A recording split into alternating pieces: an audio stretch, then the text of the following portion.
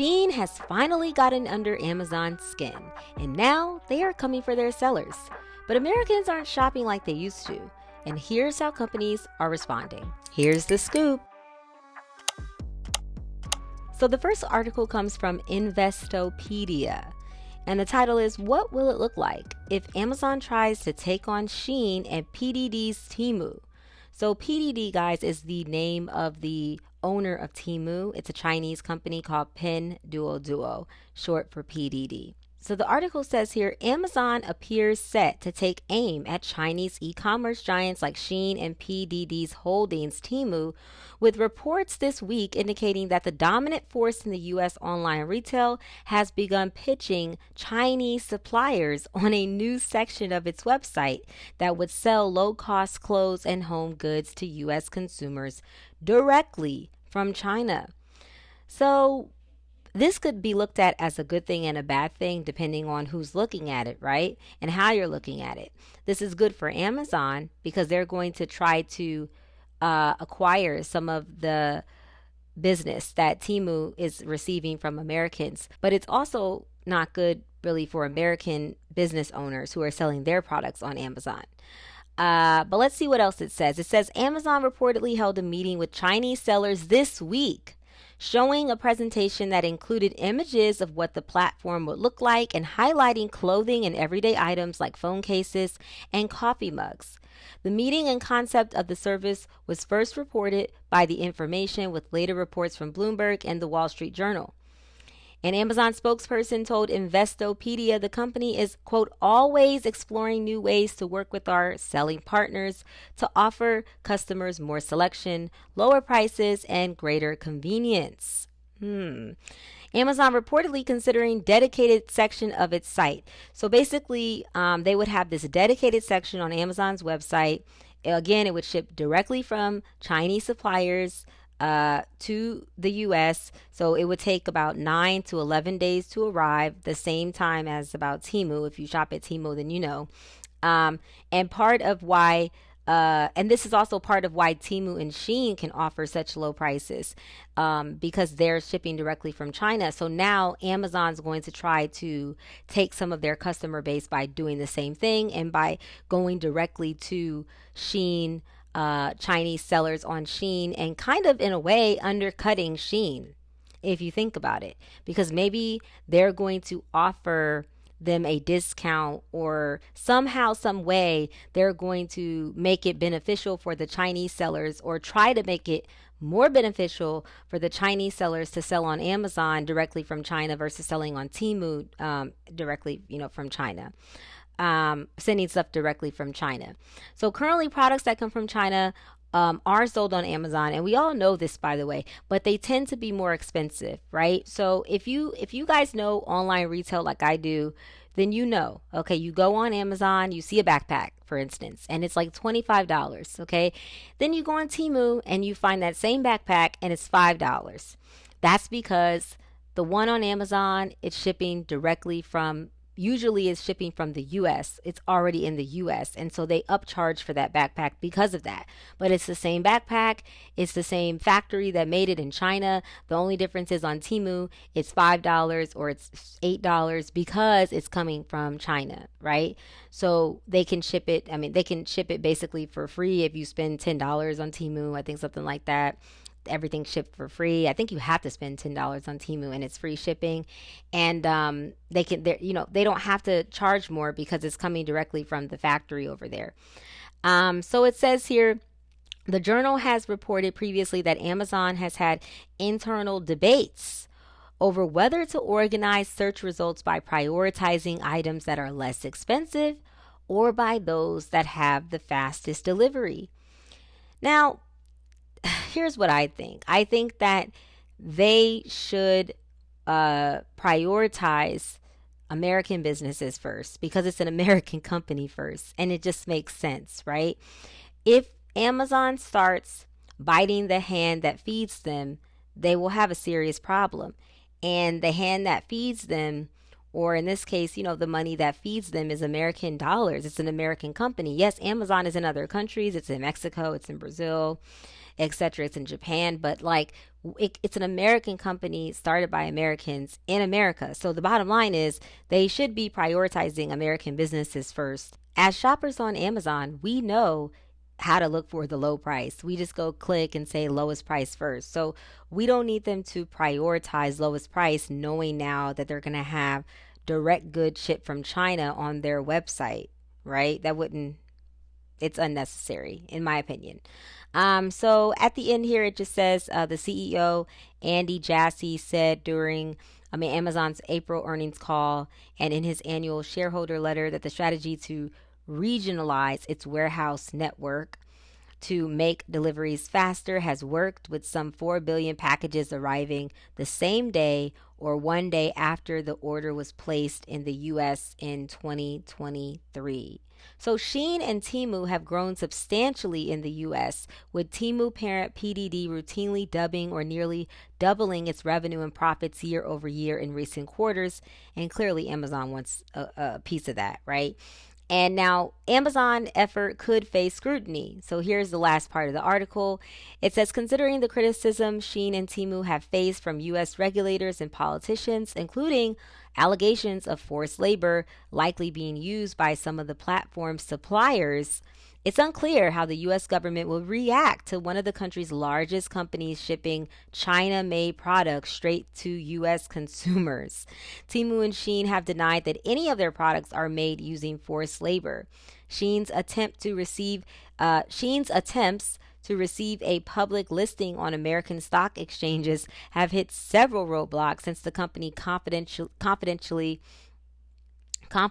applied in November 2023, ranging from political criticism to rejections of its attempts to join the National Retail Federation, according to CNBC.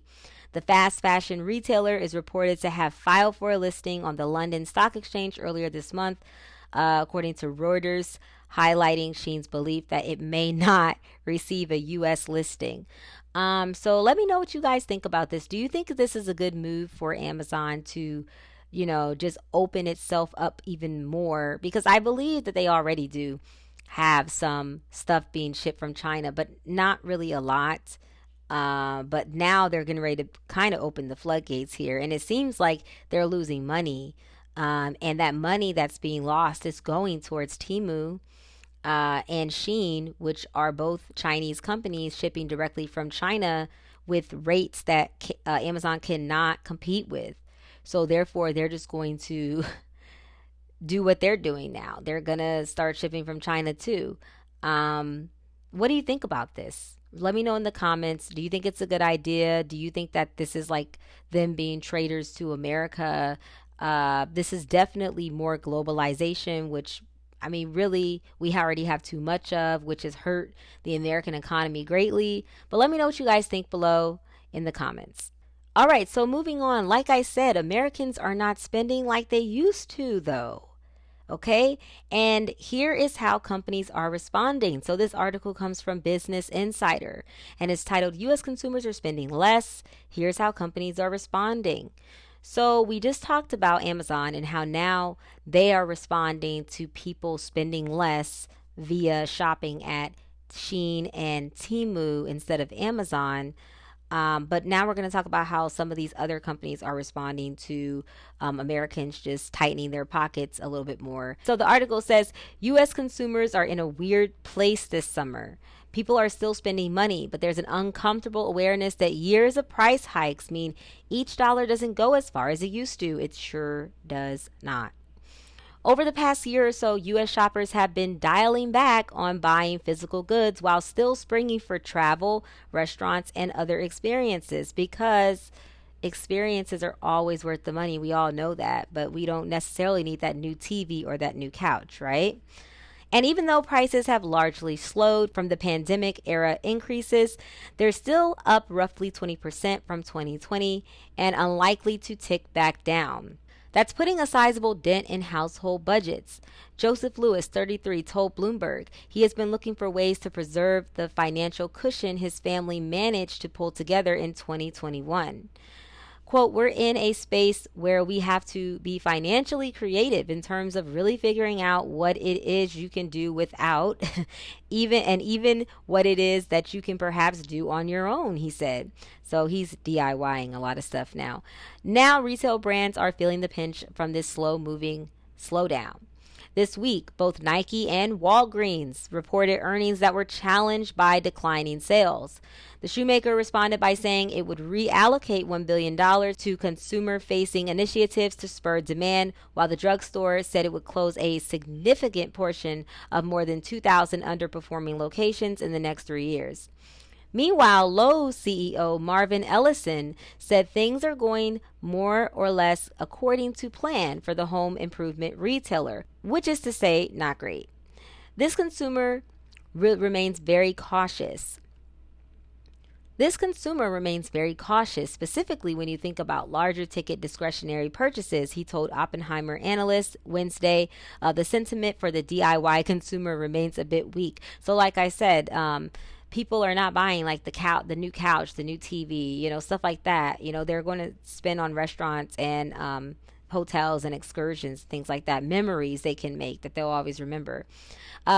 We think it's going to be focused more on smaller projects and looking for value, and we are working to position ourselves to be in that space as effectively as we can. So he actually is going to try and rein in on some of that DIY project money.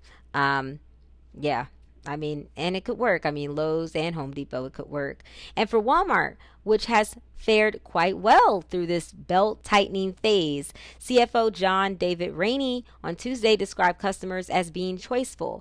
If you look at our revenue growth, though it's almost entirely driven by units versus price, he said, meaning that the retail giant is making more of its money from bigger shopping baskets than from higher prices.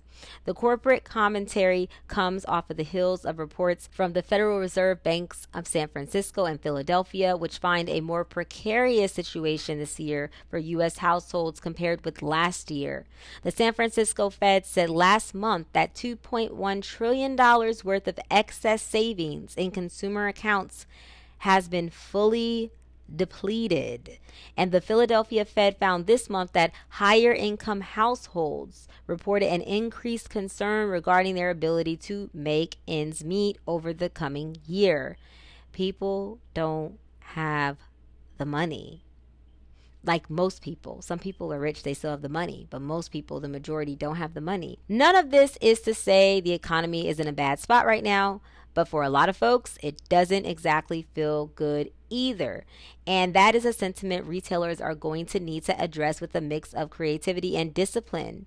Creativity, as a few companies have shown this year, means investing in products, services, and prices that get customers excited, while discipline is making sure the math still works for the business. It doesn't have to be complicated either. Look no further than Costco's beloved hot dog combo, or Arizona iced tea founder Don Votagio, who made headlines for his commitment to keeping his price at 99 cents per can. Quote, we're successful, we're debt-free, we own everything, he said. Why have people who are having a hard time paying their rent have to pay more for our drink? So that's the end of that article. I've also seen the back of a Arizona can, and it is majority high fructose corn syrup, guys. So that's how he can keep the price $1, because we all know if you actually go buy a quality iced tea with real cane sugar, it's at least $3. So Arizona iced tea is not real iced tea. It's high fructose corn syrup and a little bit of whatever the tea is, peach or black or something like that. But it's majority high fructose corn syrup, and they've made a concoction that tastes good, and that's how they're able to still sell it for 99 cents per can, because the products that they're making are cheapened now. So like what they're making the drink out of, the quality of the products is cheapened now. So besides that, what do you guys think about this? Are you spending less money in the stores when you're out? Are you formulating a budget now? Are you coming into the store with that list and sticking to that list now? How are you not spending as much money as you used to? Are you keeping your credit cards at home? Are you only taking out cash and going to the store with cash? How are you curtailing your spending? I want to know. For me personally, I like to take out cash, and I will just go to the store and just use my cash, right? And I know, like, if I don't have my card on me, that's all I can spend. And that way, I'm not buying things I don't need to buy, things that are not healthy for me. I can just not buy those things because I don't have anything else with me but that cash. But I don't know, maybe that doesn't work for everybody. Maybe some people, they don't have the cash per se. Everybody's budgets are not the same, their wallets are not the same, their bank accounts are not the same.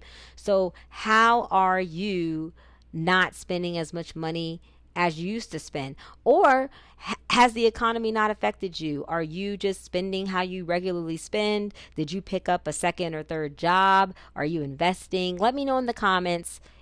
What's your economy, your personal household economy looking like? Is it doing good? Is it flat?